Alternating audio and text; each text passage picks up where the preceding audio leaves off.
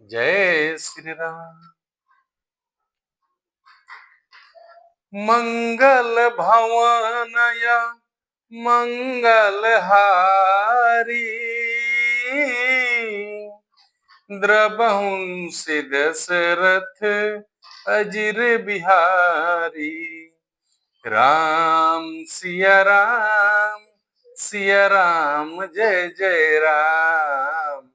राम सिया राम जय जय राम। आप सुन रहे प्रभु श्री रामचंद्र जी की कथा रामचरितमानस से। कैसे गोस्वामी तुलसीदास जी ने कितनी सुंदर कृति की है। आप सबको पता है कि गोस्वामी तुलसीदास जी भगवान का दर्शन करना चाहते थे और चित्रकूट के घाट पर जब भगवान का कथा होता था, गोस्वामी जी वहां जाकर बैठते थे और वो भगवान का दर्शन करना चाहते थे।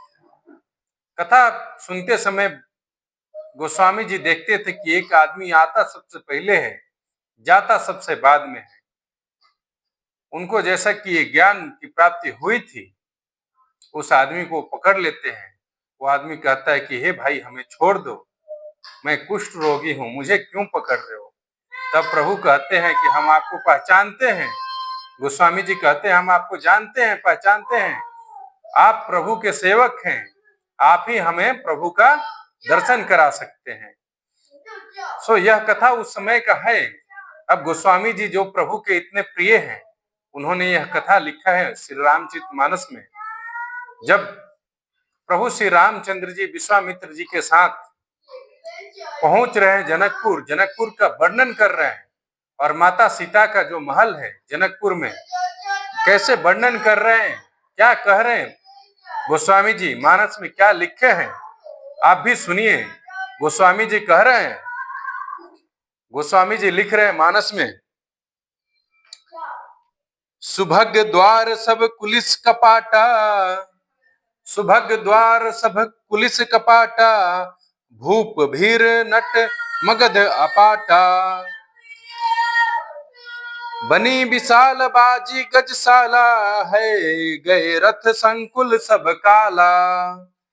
राजमहल के सब दरवाजे, माता सीता राजा जनक का जो महल है उसका वर्णन कर रहे गोस्वामी जी। राजमहल के सब दरवाजे फाटक बहुत ही सुंदर हैं, जिनमें ब्रज के समान किलौर लगे हुए हैं, किवाड़ लगे हुए हैं, दरवाजा कहते हैं, जहां राजाओं, नटों, मगधों और भांटों की भीड़ लगी रहती है।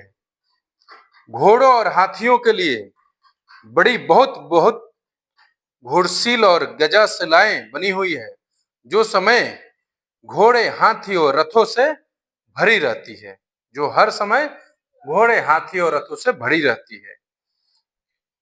सूर सचिव सेने बहुतेरे, नृप गृह सरिस सदन सब केरे, पूर्व बाहिर सर सुरित समीपा, उतरे जहत विपुल महीपा। बहुत से सुर, वीर, मंत्री और सेनापति हैं, उन सब के घर भी राजमहल सरोखे हैं ही हैं। नगर के बाहर तालाब, नदी के निकट जहां तहां बहुत से राजा लोग उतरे हुए हैं, डेरा डाले हुए हैं। देखी अनूप एक अमराई, सब सुपास सब भांति सुहाई, कौशिक कहे वो मोर मनुमाना, यहाँ रही रघुबीर सुहा जाना। आमों का एक अनुपम बाग देखकर, जहां सब प्रकार के सुभित थे, जो सब तरह से सुहावना था, विश्वामित्र जी ने कहा, हे सुजान रघुवीर, मेरा मन कहता है यही रहा जाए, हम लोग यहीं ठहरते हैं। उसके बाद क्या कह रहे हैं गोस्वामी जी, भले ही नाथ कृपा निकेता, उतरे तह मुनि वृंद समेता, विश्वामित्र महामुनि आए, समाचार मिथिलापति पाए।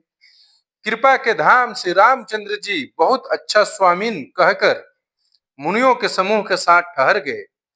मिथिलापति जनक जी को जब यह समाचार की प्राप्ति हुई कि महामुनि विश्वामित्र आए हैं, तब क्या हुआ, यह कथा में आगे सुनिए। जय श्री राम।